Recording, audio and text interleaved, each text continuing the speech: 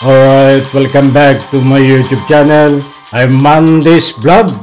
Ito mga kaibigan, patindi ng patindi, painit ng painit, hindi matanggap, labis na nasaktan.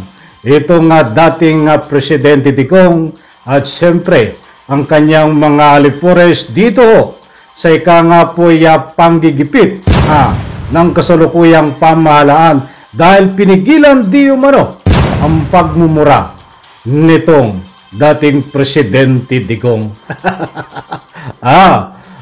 Napigilan ba naman ang rally at doon sa rally ika nga ho ay gaganapin ang pagmumura laban ho dito sa ating kasalukuyang Pangulo Bongbong Marcos.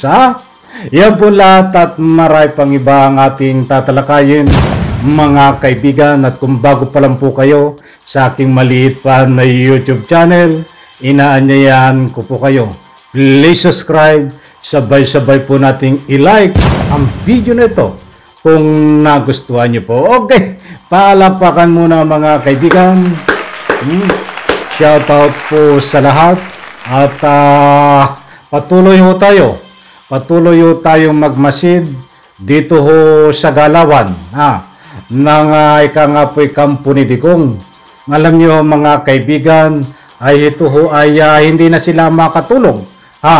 Gumagawa po sila ng anuman taktika paraan upang pabagsakin ito pong administrasyon ng ating kasalukuyan Pangulo Bongbong Marcos.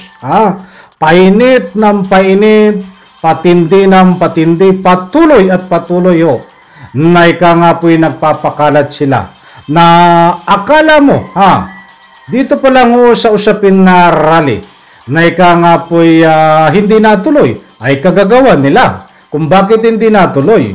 Muli kong ulitin, ang kinakatuwiran ho nila ay ginigipit ng pamahalaan. Batang totoo ho niyan ay napahiya sila. Hindi ho natuloy ang rally dahil mag-isa lang ho ang nagrarally. Ay PPD ba naman yun? Na ikaw ay dating presidente. Pupunta ka sa rally tapos ika nga po'y pagdating mo doon ay walang pupuntahan. Ay napahiya kaya't umiiyak, sumisigaw, labis na nasaktan. Parang kanta lang, di ba? Hindi makamubong, Ay sa tanang buhay ko, sa edad kong 69 years old ho, ay nakita ho natin itong mga nagdaan na presidente at ang ating kasalukuyang presidente. Ang mga galawan, sabalit ito po ay kakaiba. Itong si Duterte, kita mo magrarally. Ang ay wala naman po kasama sa pagrally. Kaya't labis na nasaktan. Hindi ho matanggap, di ba?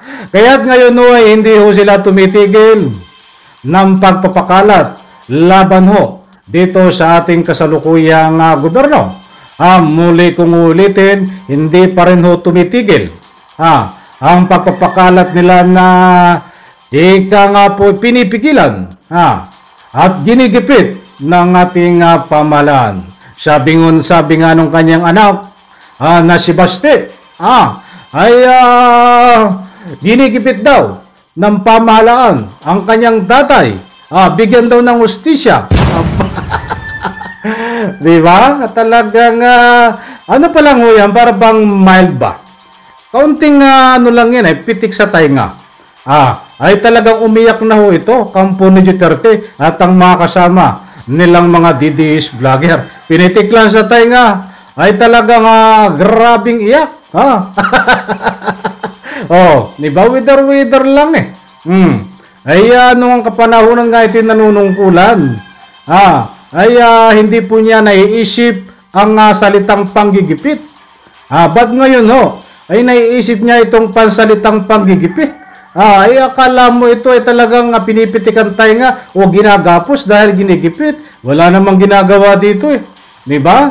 Natural lamang ho karapatan ng ating gobyerno na suriin kung ano man ang nararapat, kung ano man ang gagawin nila sa galawan nitong si Digong. Dahil hindi naman po lingid sa inyong kaalaman na ang agenda nitong itinatawag na mautog rally. Sabi nila mautog tuloy na papagaya ko. Ang agenda ho ng mautog rally, sabi sa inyo, hindi mautog rally, mausog, nausog rally. Mali pa rin ako. Pasensya na ho, talagang tumatanda na ako. Malilimutin na sa edad kong 69. Mautog rally, hindi nga mautog. Mausog rally, hindi nga nausog. Ayun naman tama. Pre-rally o maisog rally. Kasi tayo po ay nagbabatay sa mga public opinion, lalong-lalo na ho. Itong masugid kung mga taga-subaybay na talagang taas no na sinasabi nila diyan sa comment section na hindi daw po maisog rally at bagkos ito daw po ay mautog rally. Ganyan no, parang weather lang. Muli kong ulitin, ano man ang iyong ginawa sa kapwa na ikangapoy, hindi ka nice. Ano man ang iyong ginawa sa iyong kapwa na hindi maganda. Hindi ka man singilin ngayong araw na ito. Hindi po iisang araw. Mayroong bukas, may isang buwan, may ibang araw, may next week. Baka diyan ka po singilin, mga kaibigan sa mga araw na yan. Katulad ho na related ho dito sa ating tinatalakay. Ang sabi nga ng ating mga masugid na mga taga-subaybay ay sinisingil na utay-utay. Ito nga dating Presidente Digong. Ika nga po hinihipo na. Ay magbayad ka kasi ng iyong mga utang. Dating Presidente Digong dahil marami mo rin ginipit na dapat mong pagbayaran. Maaring yung mga ibang biktima ng iyong panggigipit ay tuluyan ang tumahimik, binawian ng buhay. But sa mata ng Diyos ay hindi ka ho nakakalimutan na ikaw ang salarin ng mga ginipit mo ay kitang-kita ka ng dalawang mata ng ating mahal na Panginoon Diyos. Kaya hindi po natin masisisi ang ating mahal na mga taga-subaybay kung sasabihin ho nila ang salitang paniningil. Sinisingil ka daw di umano dating Presidente Digong sa iyong pagkakautang. Sa bagay, marami ka namang ikangapoy pambayad. Mga kaibigan, alam ko ho, nakuha nyo ang gusto kong ipunto dito. Dahil labis na nasaktan, labisong nasaktan ang ating dating Presidente Digong. Dito po sa nangyari na utay-utay na niyang nararamdaman, maging ang kanyang taga-suporta dito sa mga rally, ay utay-utay na pong nagtatago, utay-utay na pong kumakalas, mga kaibigan, utay-utay na pong, ika nga po'y tinatakwil ang pagkatao ni Duterte. Utay-utay na po silang nagigising sa katotohanan. Dahil, katulad nga ho, na sinasabi, ang boses ho na nakakarami, sila daw po ay nabudol nito. Sinuportahan nila ito noon, ba't yung pala ay nabudol nito? Alam nyo na ho, ang gusto kong ipunto. Kaya't ngayon ho, ay hindi ho sila. Ika nga po'y makatulog, makamove on, labis na nasaktan, maging ang kapartido nila. Diyan ho, sa ika nga po'y politiko, ay sabay-sabay ho nagpapakalat ng salitang panggigipit ng ating pamahalaan. Dahil hindi natuloy ang pagmumura diyan po sa mautog rally na gaganapin diyan sa Bulacan.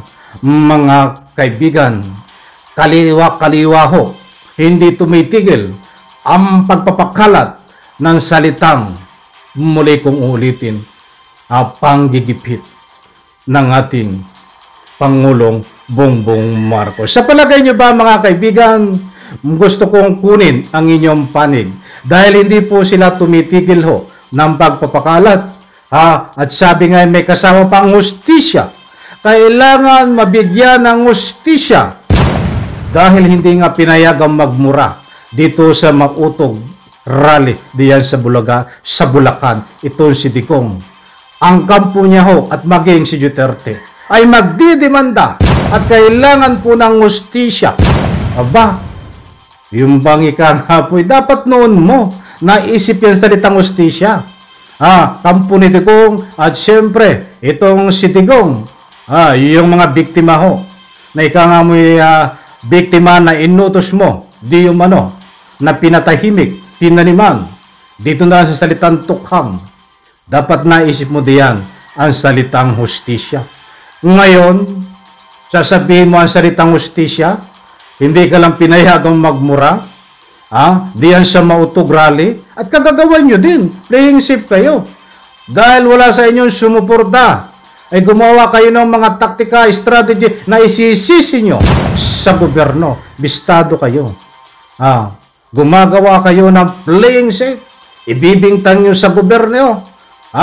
Ay wala kaming magagawa diyan. Ayaw na kayo ng taong bayan. Kaya hindi nga umatin diyan po sa Mautog rally, mga kaibigan. Muli po mga kaibigan, maraming salamat po diyan po sa comment section. Kung ano man po ang inyong salubin, pwede po kayong mag-iwan ng anumang public opinion. Sabay-sabay po nating i-like ang video na ito. Bye-bye, palakpakan.